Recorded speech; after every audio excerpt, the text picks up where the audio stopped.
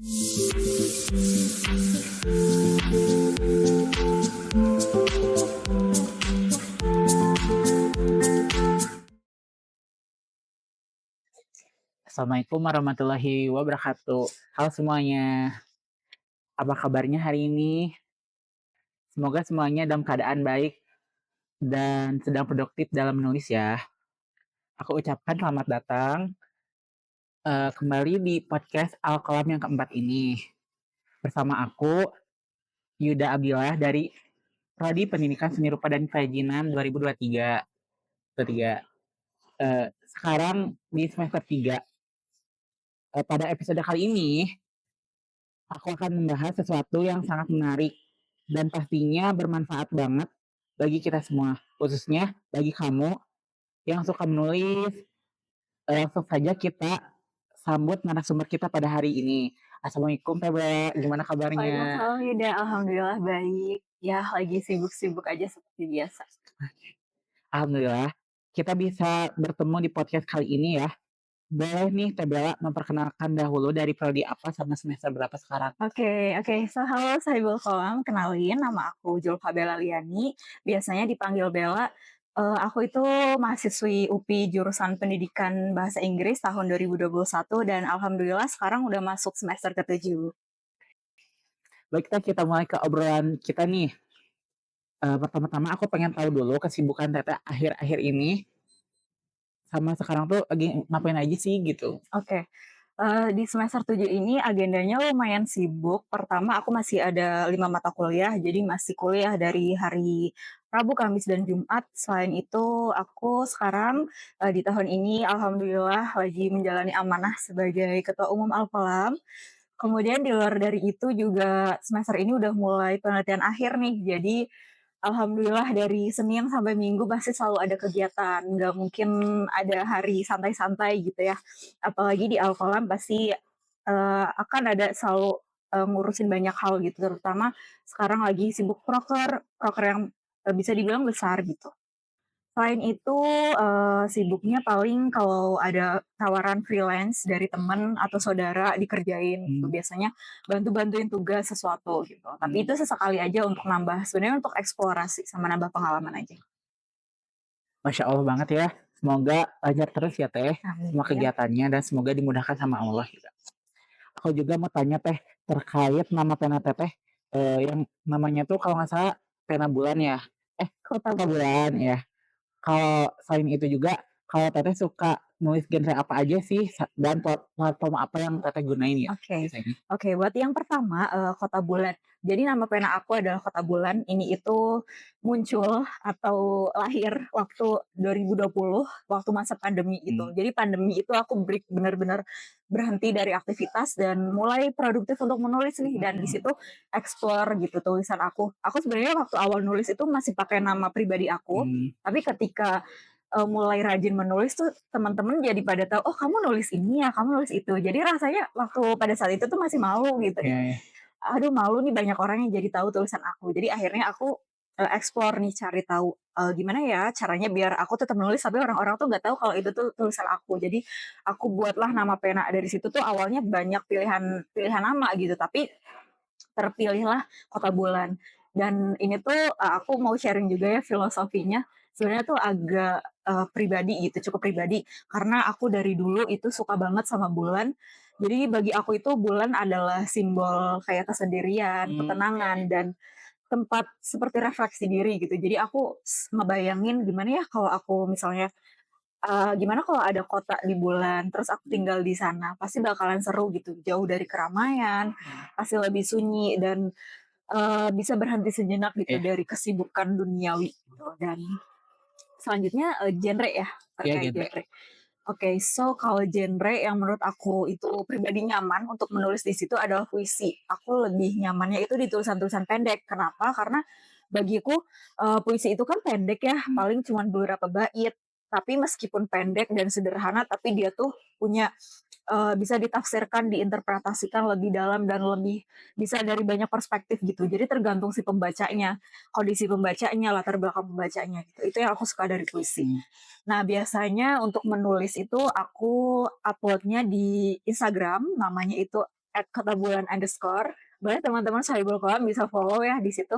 Aku biasanya, posting di feed, reels, dan juga di stories gitu, dan seringnya aku pakai bahasa Inggris. Kenapa? Karena yang pertama aku sedang belajar di situ karena prodi aku di situ, lalu ingin apa ya, biasanya ada perasaan atau ada hal-hal yang lebih nyaman untuk diungkapkan di bahasa lain gitu daripada di bahasa Indonesia. Karena rasanya kalau di bahasa Indonesia itu, oh langsung kena banget nih perasaannya, feelingnya jadi kelihatan banget gitu. Sedangkan kalau di bahasa Inggris itu jadi lebih pas aja gitu untuk feel-nya, gitu. Itu dia. Oke. Kalau boleh tahu Teh, hubungan menulis dengan terapi untuk mengelola emosi dan merawat jiwa itu kayak gimana sih? Soalnya aku penasaran banget.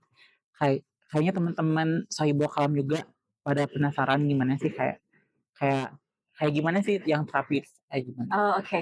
Oke, jadi sejalannya sama tema podcast kita hari ini, Iya. menulis sebagai terapi untuk mengelola emosi dan merawat jiwa. Nah, bagi aku, tadi seperti yang udah aku bilang, bagi aku itu Kota Bulan adalah suatu ruangan tersendiri yang aku ciptakan sendiri gitu untuk, eksplorasi perasaan aku dan apa yang sedang aku pikirkan dan aku rasakan gitu. Jadi, menurutku menulis itu punya satu kekuatan, bisa dibilang kekuatan magis gitu ya, bukan melebih-lebihkan, tapi itu menurut aku pribadi karena aku merasa, sesuatu itu muncul gitu, suatu hal positif itu muncul ketika menulis. Contohnya misalnya, kita pasti sering banget ngerasa, misalnya sedih, lagi kecewa, lagi galau, lagi pengen nangis, atau bahkan even kita lagi bahagia gitu. Kadang perasaan-perasaan itu tuh campur aduk kita rasain di satu waktu yang sama, dan kadang ada titik di mana kita, jadi kadang nih kalau misalnya kita ada perasaan-perasaan itu semuanya campur aduk jadi satu, ada titik di mana aku yakin juga teman-teman di sini pendengar, podcast Alkolam pasti merasakan hal yang sama gitu. Ada titik di mana perasaan-perasaan itu tuh benar-benar udah numpuk gitu di Mhm. hati ataupun di diri kita, dan salah satu caranya agar perasaan itu enggak meledak dan enggak tersalurkan ke hal yang merugikan adalah dengan menulis gitu. Di situ Oke. aku bisa menyalurkan atau memindahkan perasaan itu ke Mmm. media lain yang tadinya itu penuh di diri aku pindahkan ke media lain dengan menulis itu sendiri. Nah, kalau ngomongin tentang ini, aku tuh jadi inget, aku mau merekomendasikan juga ada satu buku Apa tuh? favoritku. Ya. Bukunya itu judulnya The Things You Can See Only When You Slow Down. Ini ditulis oleh Hae-min Sanim, penulis dari Korea Selatan. Jadi di buku ini itu,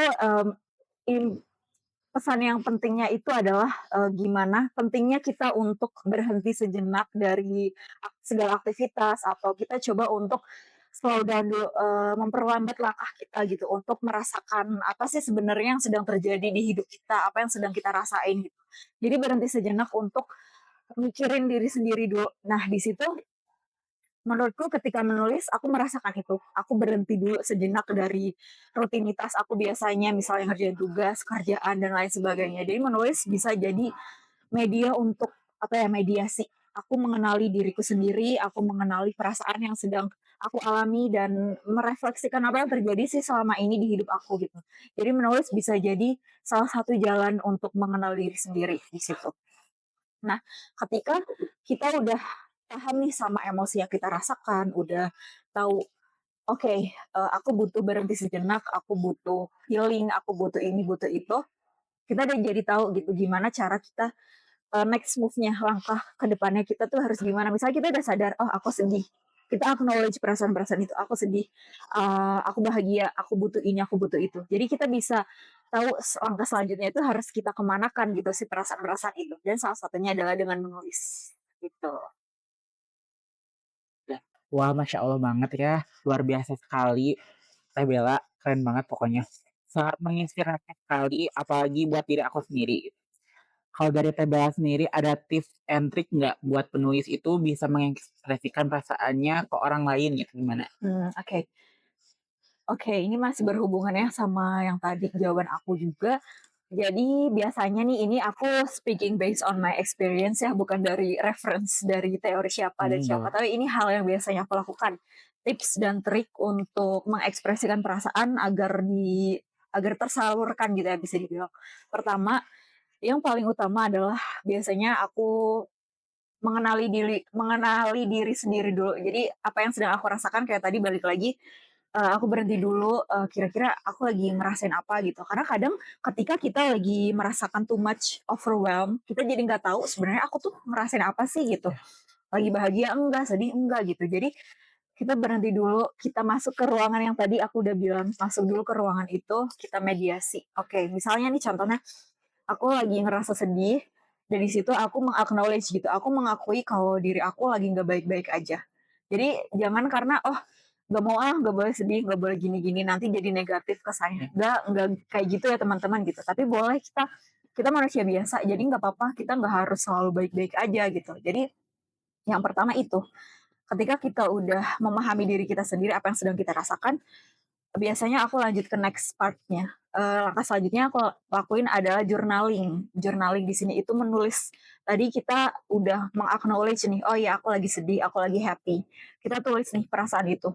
Dengan menulis itu, kita jadi tahu ini nulisnya secara kasar aja dengan bebas aja gitu, tanpa perlu khawatir orang lain ngejudge gitu. Jadi ditulis aja misalnya, "Oh, aku sedih karena ini." Terus apa ya yang bisa aku lakuin sekiranya setelah ini gitu. Jadi kayak kita nulis diary aja waktu kecil, hari ini aku begini, iya, aku merasakan hal ini gitu. Jadi journaling di situ untuk meluapkan tadi, memindahkan perasaan itu ke bentuk tulisan. Nah, setelah journaling, biasanya aku mulai baca referensi. Biasanya misal nih, lagi merasakan sedih, aku cenderung baca tulisan-tulisan yang juga sedih di aku gitu. Kenapa? Bukan bukan berarti untuk mendukung biar makin sedih, biar mhm, makin sad gitu, enggak gitu ya teman-teman. Tapi biar karena kadang itu ngerasa, "Oh ya aku sedih," tapi nanggung gitu loh, jadi nggak bisa keluar si perasaan iya, itu.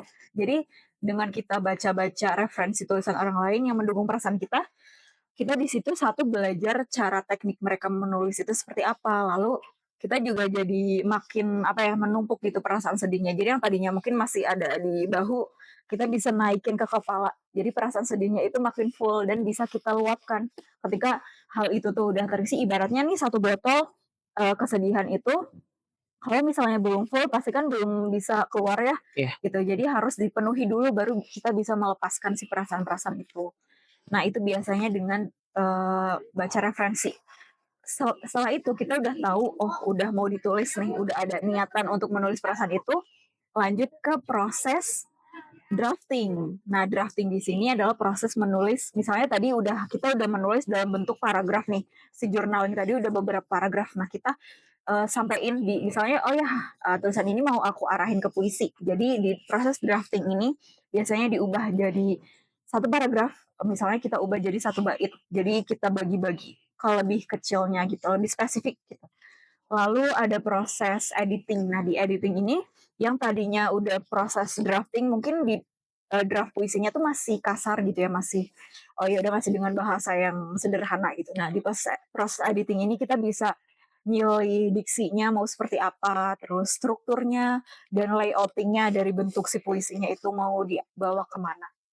Nah, setelah ada proses, tadi editing, biasanya aku berhenti dulu, nggak langsung proofread, nggak langsung dan lain-lain, tapi aku berhenti dulu. Biasanya aku tutup dulu si laptopnya atau si bukunya, aku ambil waktu untuk, ngapain dulu, melakukan aktivitas yang lain, baru aku buka lagi tulisannya. Karena di situ biasanya ketika kita buka lagi, kita udah bisa proofreading, kita udah bisa revising, udah bisa merevisi tulisan itu, baru kelihatan nih, typonya di mana, terus misalnya ada kalimat yang kurang nyaman gitu dibacanya, kita bisa proses ke situ. Itu salah satu alternatif untuk revising atau merevisi tapi teman-teman juga bisa melakukan alternatif yang lain, yaitu kalau misalnya teman-teman punya peer feedback gitu atau punya teman untuk saling nge-feedback itu boleh banget, minta proofread ke teman yang lain gitu.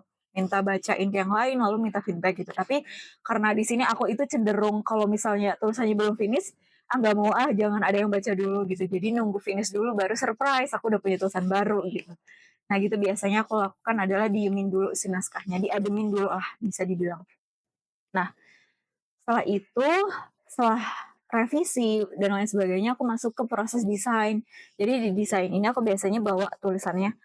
Kalau misalnya tulisan itu mau dibawa ke feed, ke reels atau ke stories itu ada si template-nya masing-masing gitu. Jadi aku udah punya pakemnya sendiri, pakem desainnya untuk feed itu seperti apa, reels dan stories itu gimana. Karena setiap media tulisan ini tuh pasti beda-beda kan ya pembacanya gitu. Biasanya reels itu jangkauannya lebih banyak gitu. Jadi harus kita pintar-pintar milih si template-nya, soalnya lagi in gitu-gitu dan lain sebagainya. Nah, setelah proses desain, ini aku biasanya pakai Canva aja yang simpel-simpel aja. Setelah proses desain ini selesai, aku biasanya masuk masuk ke proses upload. Nah, upload di sini aku biasanya di Instagram, Instagram Kota Bulan atau di Instagram pribadi aku biasanya. Nah, di sini ini juga penting ya, kita juga harus mikirin captionnya, terus hashtagnya dan lagunya gitu. Harus mendukung sesuai sama si tulisannya biar nanti si audiensnya juga merasa relate dengan tulisan kita gitu. Jadi itu sih tadi. Oke, kesimpulannya dari tips dan trik yang aku sampaikan adalah yang pertama, kenali emosi kamu dulu, journaling, lalu baca-baca referensi tulisan yang lain. Setelah itu mulai proses drafting, revisi, terus ada editing, designing, dan juga sampai ke proses uploading atau share ke Instagram, ke media yang lebih luas. Itu sih biasanya aku lakukan. Dah, baik alhamdulillah. Terima kasih banyak Teh Bella sudah mau sharing terkait hal ini. Semoga teman-teman di rumah juga bisa mengambil hikmahnya. Amin. Sebelum ditutup, ada kata-kata terakhir yang mau diucapin sama Teh Bella, semacam quotes atau kata-kata motivasi gitu. Oke, boleh Boleh. ya kata-kata terakhir. Statement ya, closing statement. Ini buat teman-teman pendengar Saibul Kolam, untuk teman-teman aku, teman-teman kita semua, teman-teman yang mungkin mendengarkan ini dan mungkin kalian sedang ngerasain mixed feeling, nggak tahu harus apa selanjutnya atau lagi stuck nih ngerjain kerjaan, tugas dan lain-lain. Aku mau nitip pesan banget untuk kalian semua, untuk kita semua, ketika kalian lagi merasakan hal itu dan ketika kalian lagi ngerasain, oh dunia ternyata cepet banget berjalannya dan sibuk banget ya ternyata orang-orang tuh. Jadi kalian sampai aku harus ngapain lagi ya? Aku harus ngapain setelah ini? Gitu. Gak tahu mau ngapain. Coba berhenti sejenak, berhenti dari rutinitas kalian, dengerin diri kalian sendiri, lihat sekeliling, coba lihat kalian di depan kaca gitu ya, coba tanyain sebenarnya yang sibuk itu dunia atau pikiran aku ya? Coba tanyain hal itu ke diri kalian. Karena kadang itu hal-hal yang kita pikirkan itu berada di luar kendali kita dan itu bukan hal ranah kita gitu untuk mengubahnya. Jadi perlu kita tahu itu tuh faktornya dari dalam atau dari luar. Dan dengan cara kalian berhenti sejenak, kalian mengenali diri kalian sendiri, kalian akan tahu gimana cara kalian untuk proses menyembuhkan itu gitu, proses untuk menjernihkan pikiran kalian. Jadi ya itu. Baik, sampai berjumpa lagi di Al-Kalam Podcast selanjutnya. Sahibul Kalam, kami berdua izin pamit undur diri. Assalamualaikum warahmatullahi wabarakatuh. Al-Kalam, Goresan goresan inspirasi inspirasi penggugah menggugah hati. hati. Allahu Allahu Akbar. Akbar. Terima kasih.